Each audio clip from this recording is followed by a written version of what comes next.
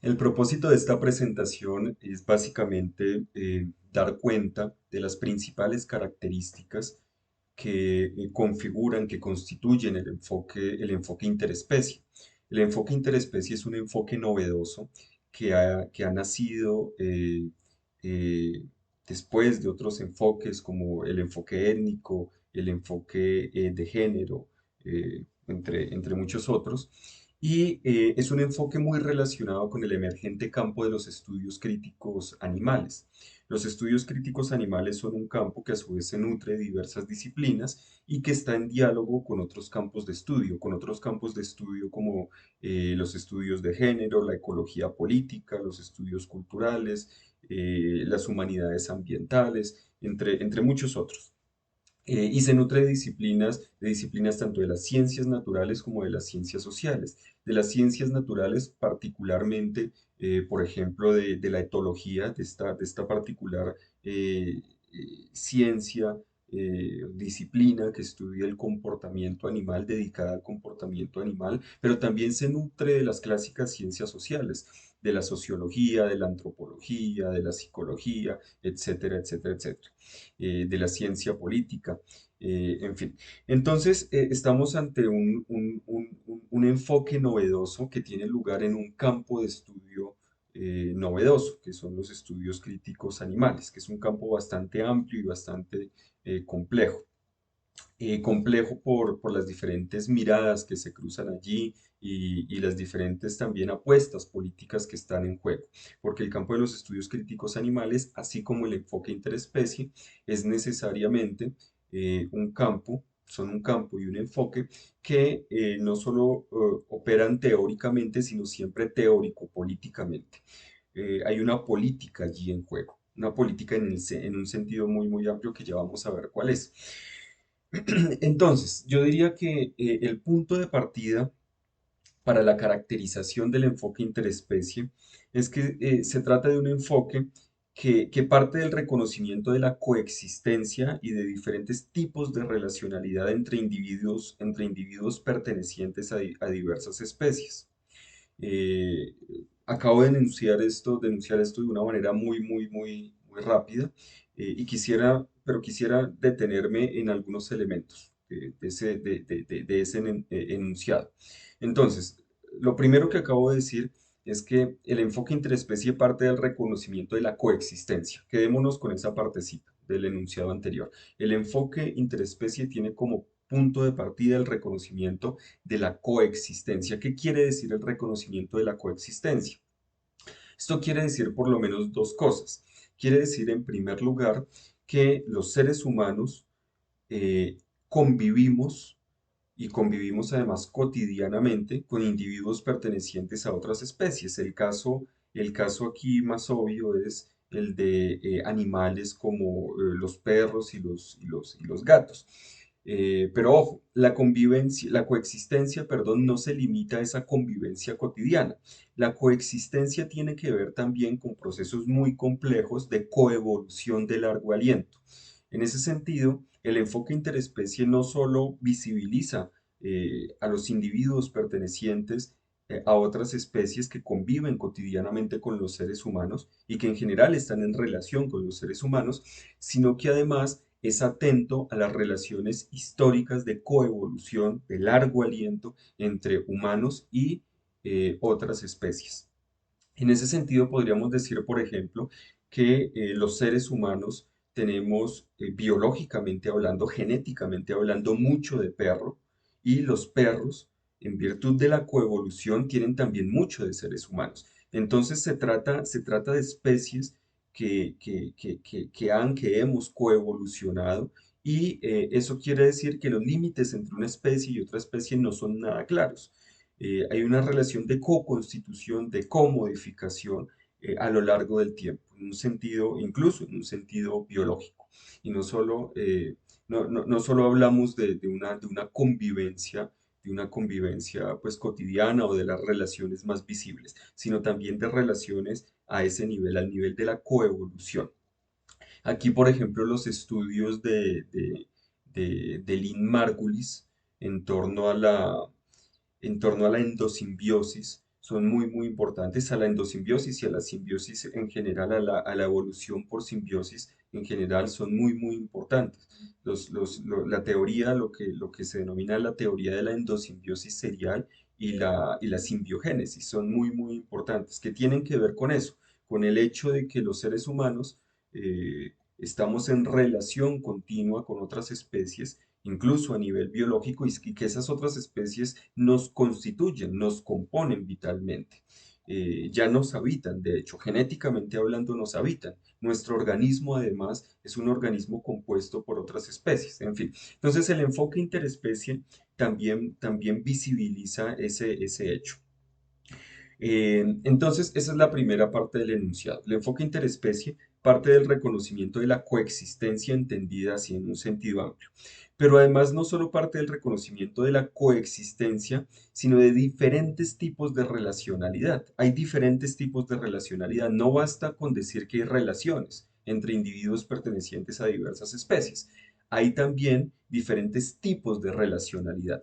Y aquí, por ejemplo, el trabajo de Donaldson y Kimlicka ha sido crucial, ha sido muy importante. ¿Por qué? Porque Donaldson y Kimlicka nos hablan por lo menos de tres tipos de relacionalidad.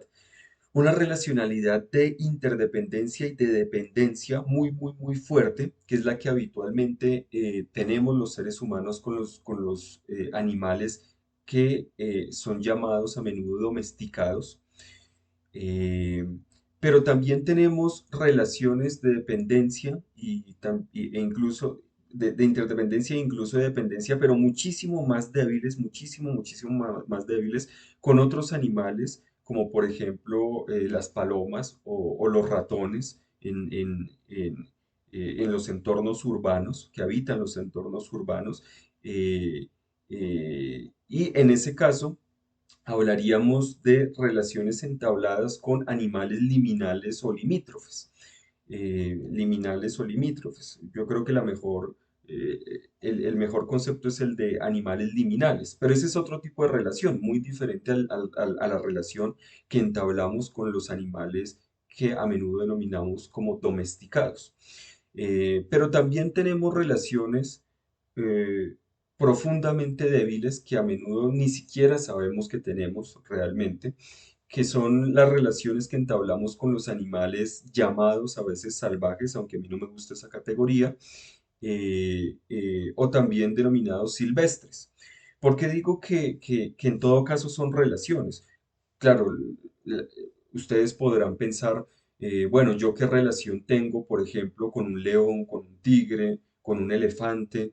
Si son animales, con un jaguar, si son animales muy, muy alejados de mi entorno, ¿no? Están muy lejos de ser como los perros o los gatos, pero también están bastante lejos de ser como los animales liminales, como animales liminales como las palomas, como los ratones. Entonces, pues, ¿cuál sería la relación ahí? Bueno, en efecto hay una relación, pero es una relación, como acabo de decir, que a menudo ni siquiera percibimos. Por ejemplo, debido a las actividades antropogénicas, a las actividades de los seres humanos con origen humano, de origen humano, pero no solo humano, eh, debido a esas actividades, debido a actividades de ese tipo, perdón, como por ejemplo la emisión de gases de efecto invernadero, la emisión de dióxido de carbono, de gas metano. Debido a eso todos lo sabemos y todas lo sabemos al día de hoy, se está deteriorando la capa de ozono, está aconteciendo el famoso calentamiento global y eso está afectando a muchas especies, a muchos individuos concretos pertenecientes a especies silvestres llamadas salvajes o silvestres. Ahí hay una relación, por lo tanto, sí hay una relación, pero es una relación que a menudo no percibimos. Entonces, allí tenemos otro tipo de relacionalidad, ¿no? La relacionalidad con los llamados animales silvestres o salvajes, una relacionalidad débil si la comparamos con la relacionalidad de los animales domesticados y de los animales liminales, pero en todo caso es un tipo de relación. También podemos hacer alusión, por ejemplo, a la deforestación. debido u ocasionada por la ampliación de la frontera agropecuaria, en donde esa deforestación acaba con los ecosistemas y por lo tanto con la vida de, de- de muchos animales silvestres. Allí también hay una relación, solo que a menudo no es una relación evidente. ¿Por qué? Porque los seres humanos se benefician muchas veces y muchas veces directamente de esa ampliación de la frontera agropecuaria, de los negocios del cultivo de plantas utilizadas para elaborar pues, drogas sintéticas,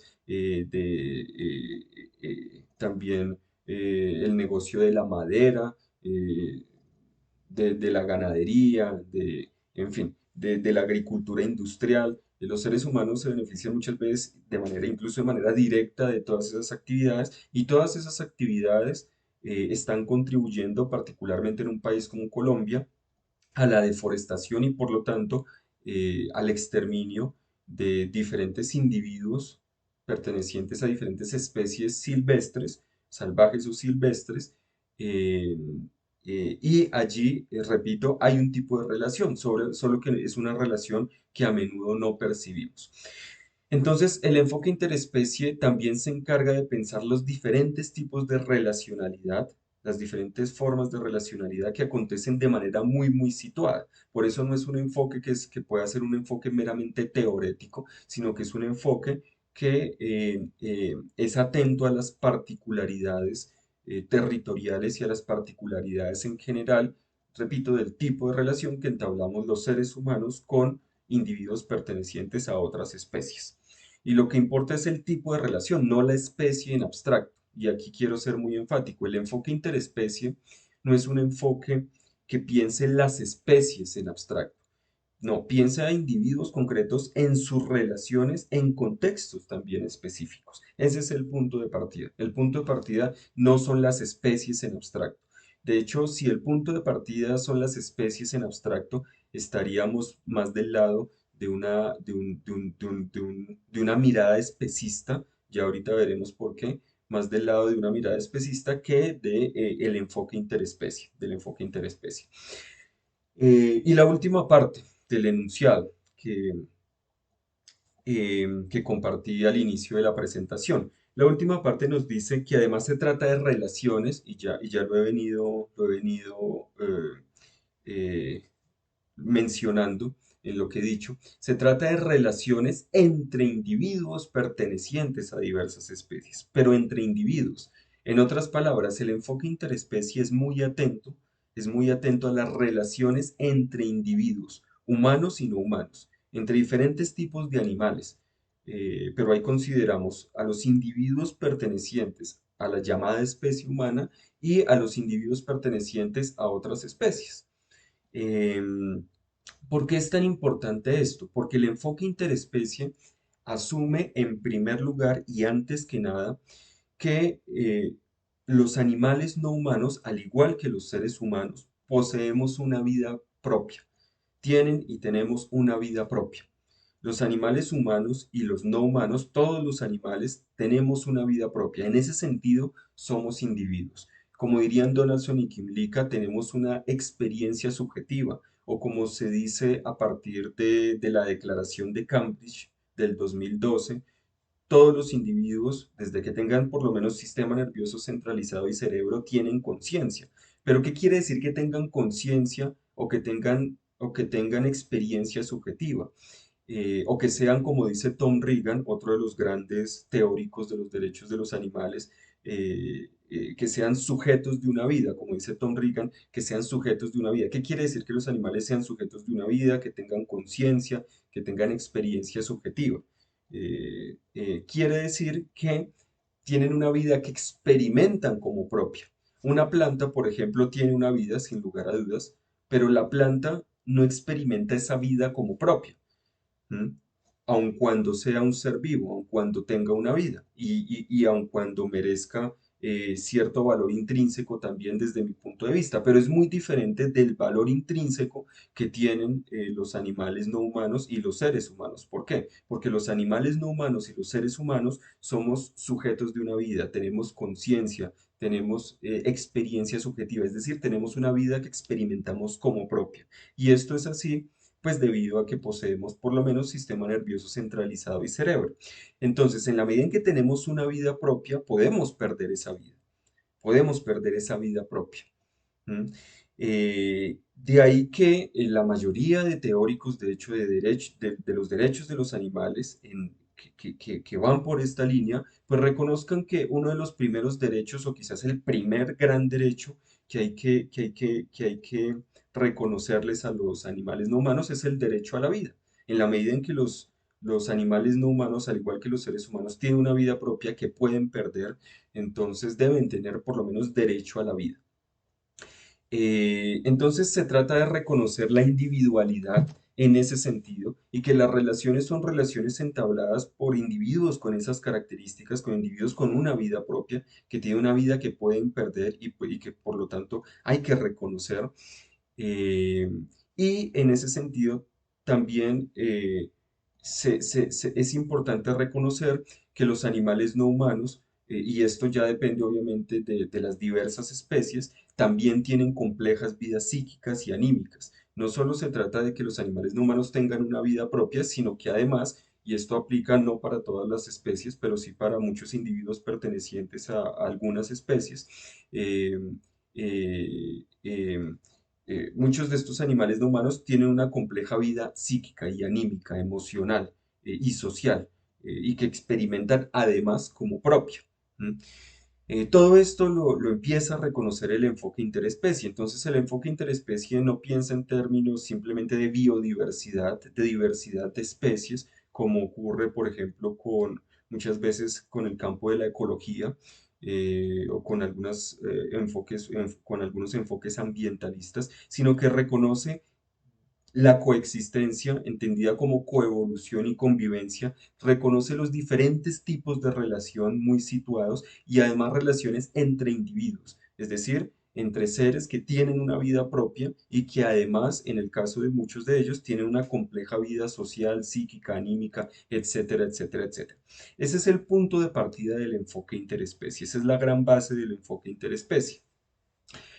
Ahora, habría que decir aquí, en segundo lugar, que el enfoque interespecie no da por sentado lo que es la especie.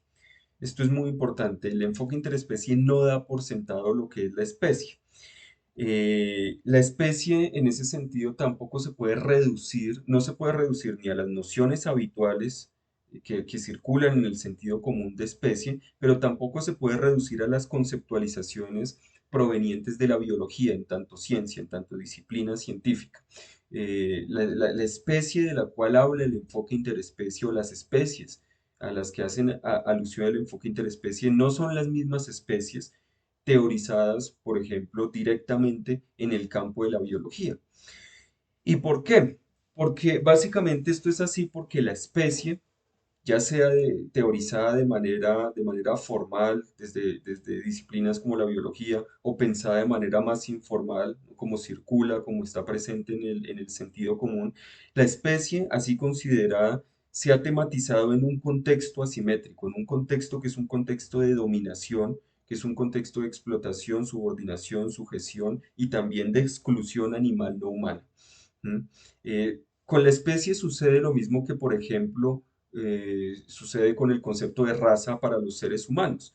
El concepto de raza para los seres humanos es un concepto históricamente muy problemático porque se ha producido en contextos que son contextos coloniales, contextos de dominación, contextos de explotación. Y claro, por ejemplo, lo que hace el enfoque étnico es entender que la raza ha tenido efectos históricos, pero que cuando se habla, cuando se usa el concepto de raza o cuando se usa más aún el concepto de etnia para los seres humanos o de grupo étnico, de ciertos grupos poblacionales, se está utilizando para revertir los efectos del racismo, para revertir los efectos del colonialismo, para revertir los efectos de ese contexto de dominación que es también un contexto de explotación.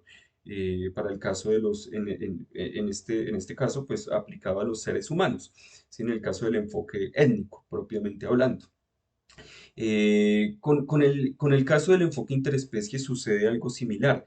La especie no se puede dar por sentada, no se puede dar por sentada lo que son las especies. ¿Por qué? Porque la noción de especie ha sido construida en un marco así profundamente, de poder profundamente asimétrico, en un marco de dominación, y de dominación y de exclusión animal no humana, que es precisamente un marco de subordinación, sujeción y explotación.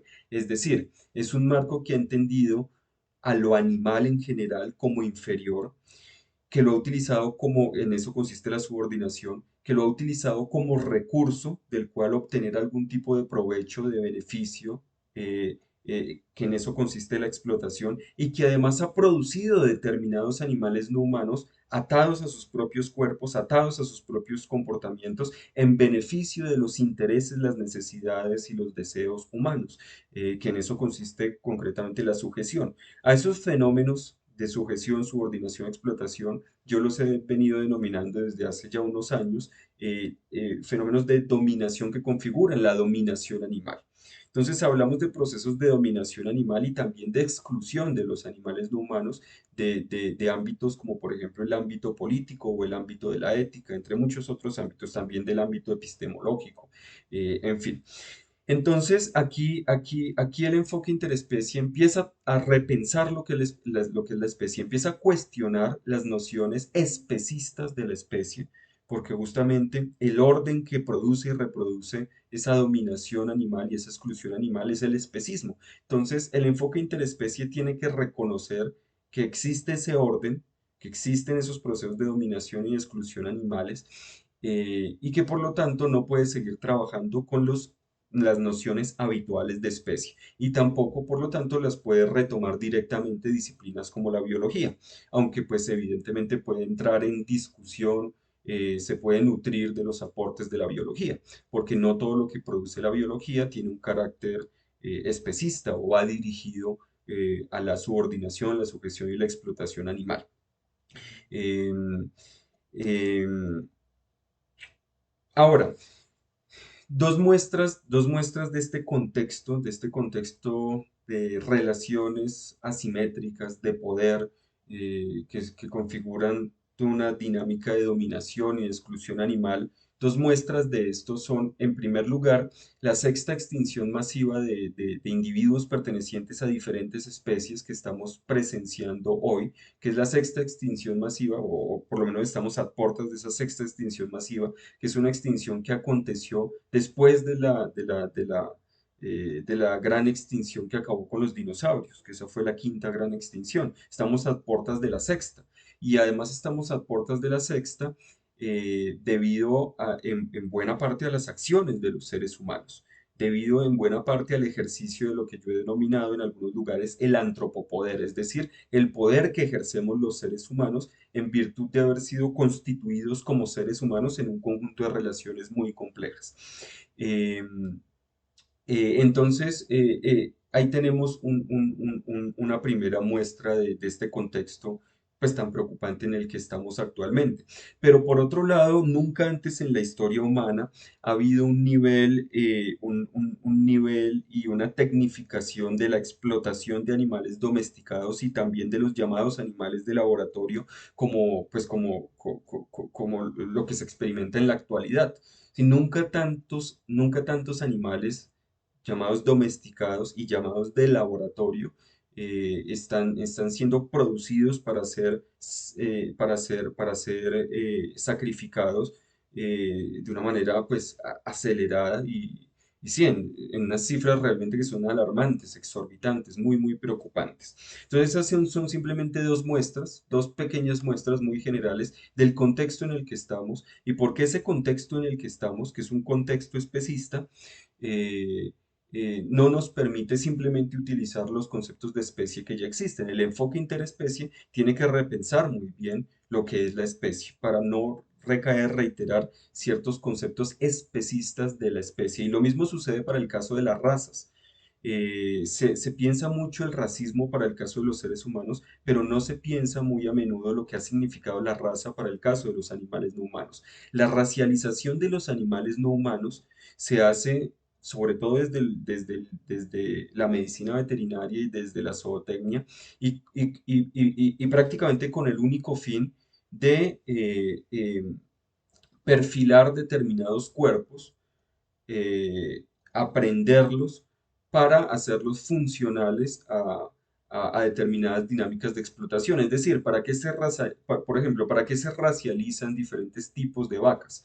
Pues para distinguir la llamada vaca lechera del llamado ganado de carne, etcétera, etcétera. O para qué se racializan, por ejemplo, las gallinas. Se las racializa para distinguir la gallina llamada ponedora del gallo de pelea, etcétera, etcétera. Entonces, la función de la raza ha sido una función, como también ha aplicado históricamente para el caso de los seres humanos, una función que ha atado ha tenido, la función de la raza ha sido una función que ha estado al servicio de la explotación animal, pero también de la subordinación y la sujeción, es decir, de la dominación en general, y por lo tanto es un concepto que, pues prácticamente debe ser desechado. Es más, en la biología el concepto de raza está totalmente desestimado. Y las únicas dos disciplinas que en realidad conservan con fuerza el concepto de raza son la medicina veterinaria y la zootecnia, en la medida en que tanto la medicina veterinaria como la zootecnia han estado al servicio de la explotación animal, de la dominación en general, pero en particular de la explotación y de la explotación pues industrializada en muchos casos, ampliamente tecnificada y pues e industrializada en muchos casos. Entonces, no se puede seguir utilizando el concepto habitual de especie. Con esto simplemente quiero decir que el enfoque interespecie, al igual que el enfoque de género y el enfoque étnico, en primer lugar reconoce que hay un contexto asimétrico de poder, que hay un contexto de dominación. ¿M? Así como el enfoque de género, el punto de partida del enfoque de género es el reconocimiento de las relaciones patriarcales, de las relaciones de subordinación y las dinámicas de explotación a las que han estado sometidas, por ejemplo, las mujeres históricamente, así como el punto de partida del enfoque de género también es el reconocimiento, por ejemplo, de la heteronormatividad, de la exclusión de las disidencias sexuales, de las personas que son disidentes sexuales o sexogenéricas. Asimismo, el enfoque interespecie parte del reconocimiento de un estado de un estado de dominación que se tiene que modificar. El enfoque interespecie en ese sentido, pues siempre tiene una dimensión política. Por eso decía que siempre, que no es un mero enfoque teórico, sino que es un enfoque necesariamente teórico-político, como el enfoque de género o como el enfoque étnico. El enfoque étnico que reconoce en primer lugar, como lo decía hace un momento, reconoce en primer lugar las dinámicas de racialización y coloniales que están en relación con los procesos de subordinación, de explotación y de sujeción históricos de determinadas poblaciones humanas y determinados individuos humanos, como por ejemplo las comunidades negras, las comunidades indígenas, etcétera, etcétera, etcétera. Eh, y en la medida en que estamos hablando de un contexto de dominación, que es también lo que visibiliza el enfoque interespecie, pues estamos hablando de unos seres que han sido concebidos históricamente como al servicio de otros seres por naturaleza. Esto ha pasado, por ejemplo, con las mujeres, y eso lo visibiliza el enfoque de género, pero ha pasado también con las poblaciones racializadas como negras e indígenas, eso lo visibilizan enfoques como el enfoque étnico o los enfoques críticos de los procesos de racialización. Y todos estos seres que han sido concebidos como seres al servicio de otros seres, tienen una serie de características compartidas. Y esto aplica también para los animales no humanos. Por ejemplo, se ha ejercido un amplio control sobre el cuerpo y los productos del cuerpo. Eso ha pasado, por ejemplo, con las poblaciones históricamente racializadas y esclavizadas, por ejemplo, con las poblaciones negras. No solo se ha dicho que estas poblaciones, en la medida en que han sido esclavizadas, no son dueñas de sus cuerpos y de sus vidas, sino que además los productos de sus cuerpos y los productos de sus trabajos les pertenecen a otros. Por ejemplo, los hijos de las personas históricamente esclavizadas y las hijas de las personas históricamente esclavizadas han pasado a ser pertenencias de otros seres humanos, de los amos, de los señores en ese caso. Eh, pero lo mismo sucede, como acabo de decir, con los productos del trabajo. Entonces, ha habido un control muy fuerte del cuerpo y de los productos del cuerpo y también del trabajo. Esto también ha aplicado y aplica, sigue aplicando en la actualidad para los animales no humanos. Pero también han sido seres a los que se les ha confinado espacialmente, han sufrido un fuerte confinamiento, no tienen el derecho básico a la libertad entendida como ausencia de confinamiento, como derecho a la movilidad y el uso compartido del espacio público, no han tenido derecho a esto. Han sido confinados en el espacio, han sido excluidos, subordinados, explotados y sujetados de diferentes formas. Han sido también excluidos de campos como la ética, de campos como la epistemología, la política, la participación política, etcétera, etcétera. En fin, esto para mencionar que hay unas lógicas comunes, compartidas, entre todas estas dinámicas de dominación humana y la dominación animal, ¿no? La dominación de seres humanos que han sido además históricamente animalizados, entendidos como menos que humanos, como ha sucedido con las mujeres y los niños también, pero también las poblaciones racializadas como negras e indígenas, y ha sucedido obviamente pues eh, con poblaciones que están también en una situación de pauperización, de pobreza con las clases bajas, en fin. Esto se puede ampliar a otros enfoques, ¿no? Todos estos enfoques, el enfoque de género, el enfoque étnico, han aprendido mucho, se han nutrido mucho también de la vieja economía política que intenta comprender la complejidad de las sociedades estructuradas en clases, atravesadas por dinámicas de explotación, que son también dinámicas de subordinación, etcétera, etcétera, etcétera, ¿no? Entonces aquí no solo problematizamos estructuras como las estructuras de género concernientes al género y la sexualidad, o estructuras relacionadas con procesos de racialización y colonización, sino que también es posible y es necesario cuestionar pues, las estructuras propiamente económicas, si se quiere, las estructuras que tienen que ver con las clases sociales. Y esto requiere pues también un enfoque adicional. Todos estos enfoques son enfoques que se tienen que entender de manera cruzada o como se dice actualmente, de manera no simplemente diferencial, sino interseccional, cruzada. ¿Por qué? Pues porque son dinámicas que se retroalimentan entre sí, que se co-constituyen y retroalimentan y refuerzan entre sí.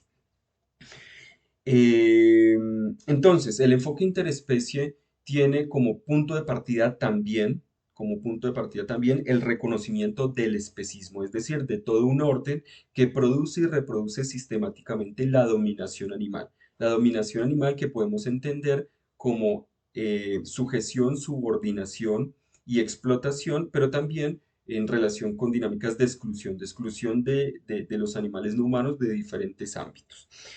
Y por lo tanto, el enfoque interespecie tiene una afinidad muy fuerte con los procesos políticos que pujan por el levantamiento del estatus de cosa o propiedad que tienen actualmente los animales no humanos y el reconocimiento del derecho a la vida, a la libertad entendida en primer lugar como ausencia de confinamiento y a la integridad corporal. La integridad corporal siendo integridad tanto física como mental, porque recordemos que el enfoque interespecie también reconoce la complejidad mental, psíquica, anímica y social que tienen muchos individuos pertenecientes a una buena parte de especies. Eh, el enfoque interespecie, en ese sentido, también nos permite empezar a reinterpretar un conjunto de apuestas normativas, apuestas ya legislativas. Por ejemplo, podemos en el caso colombiano empezar a reinterpretar la ley 1774 del 2016, que es la llamada Ley de Protección Animal, a partir del enfoque interespecie. ¿Cómo la interpretaríamos? Esa ley es muy importante porque es la primera ley que reconoce en Colombia a los animales no humanos como seres sintientes. A través de esta ley se ha reconocido formalmente a los animales no humanos como seres sintientes. Pero, ¿qué quiere decir que los animales no humanos sean seres sintientes? No simplemente que sean seres que puedan sufrir. Eso es lo más básico. Y eso tiene que ver con toda la lógica del bienestar animal, lo que hasta el día de hoy ha sido el enfoque bienestarista o de bienestar animal, que es el que ha primado, de hecho, a lo largo y ancho del mundo. Entonces, la sintiencia no se restringe al problema del sufrimiento animal. La sintiencia está directamente relacionada de manera creciente, además, con el reconocimiento de la individualidad de los animales no humanos. Que un animal no humano sea un ser sintiente quiere decir que es un ser consciente, pero consciente ¿en qué sentido? En el sentido de que tiene una vida propia, una vida que le pertenece, una vida que sabe que puede perder y que no quiere perder además. Y por eso es que precisamente se aleja del dolor, se distancia del dolor y se acerca a lo que es placentero. Entonces, la sintiencia está directamente relacionada con la idea de la experiencia subjetiva, de la conciencia, de la individualidad. ¿Mm? La ley 1774, por lo tanto, es un avance en una progresiva lucha por el levantamiento de estatus de cosa o propiedad de los animales no humanos. ¿Mm? Es una disputa para que los animales no humanos dejen de una vez por todas de ser cosas o de ser bienes, como se dice en Colombia, bienes muebles o bienes, no, los semovientes, que dejen de ser eso y pasen a ser reconocidos como sujetos, sujetos de una vida propia con derecho a la vida, derecho a la libertad y a la integridad corporal, entendida como integridad física e integridad mental. Eh, Como acabo de decir, esto tiene diferentes referentes. Tiene referentes como Tom Regan, como Gary Francione, como Donaldson y Kim Lika, como la Declaración de Cambridge de la Conciencia del 2012, que fue una declaración hecha por expertos en neurociencias. En fin, esto tiene ya muchísimos, muchísimos referentes. Pero en esa misma línea se pueden ir interpretando otras cuestiones normativas. Entonces, el enfoque interespecie también nos ayuda a ver de otro modo, a leer de otro modo, a interpretar de otro modo las normas, las producciones en el ámbito jurídico, porque ese siempre es un ámbito jurídico-político. Que haya interpretación implica que siempre hay de por medio determinadas fuerzas en juego, o modos, hay modos de interpretación y por lo tanto apuestas también ético-políticas en torno a esas interpretaciones. Eh, y por último, el enfoque interespecie reconoce cuatro cosas. El enfoque interespecie hace evidente la violencia especista que implica el funcionamiento habitual del especismo antropocéntrico en ámbitos como la alimentación, el deporte, la cultura, la educación y la investigación. Es decir, todo lo que ocurre en estos ámbitos con los animales no humanos, o la mayoría de cosas que ocurren en estos ámbitos con los animales no humanos, en el ámbito de la alimentación, el deporte, la cultura, la educación y la investigación, son expresiones de la dominación animal y por lo tanto del especismo. Y por lo tanto son cuestiones profundamente violentas, pero a menudo no se perciben como cuestiones violentas. Entonces el especismo, el enfoque interespecie intenta también hacer que las personas perciban todas estas dinámicas como expresiones de violencia especista, de una violencia consustancial, constitutiva al funcionamiento del orden especista y por lo tanto a la producción y la reproducción de la dominación animal, de fenómenos de subordinación, sujeción y explotación animal. En segundo lugar, el enfoque interespecie reconoce la vulnerabilidad compartida de todos los seres que se alejan del ideal de humanidad. Eh, Ustedes saben que históricamente ha habido un ideal se ha construido un ideal en torno a lo humano, que es el hombre con H mayúscula, que es el hombre como tal masculino, hombre marcado sexualmente masculino, pero además propietario, pero además alfabetizado, pero además heterosexual, el hombre que es el hombre blanco. Este ideal de hombre es el ideal que está en el centro del funcionamiento del especismo. Ese es realmente el ideal de humanidad. Y de ese ideal de humanidad son excluidos muchísimos seres humanos, no solo los animales no humanos, sino muchísimos seres humanos.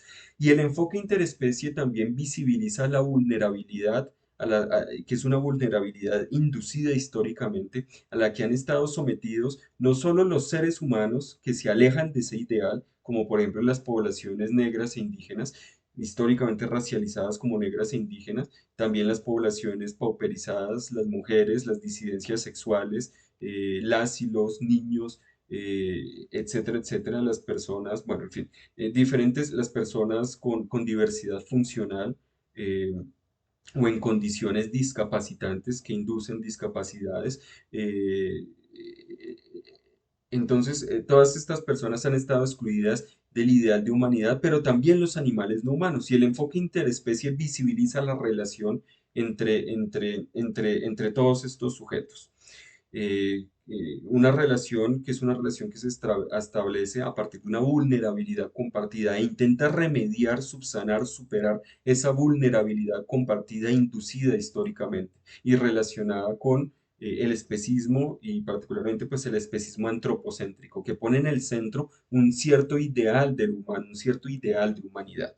Y allí también es necesario pues entender que sí o sí se cruzan los enfoques del enfoque étnico, el enfoque de género y el enfoque interespecie, con muchos otros enfoques además.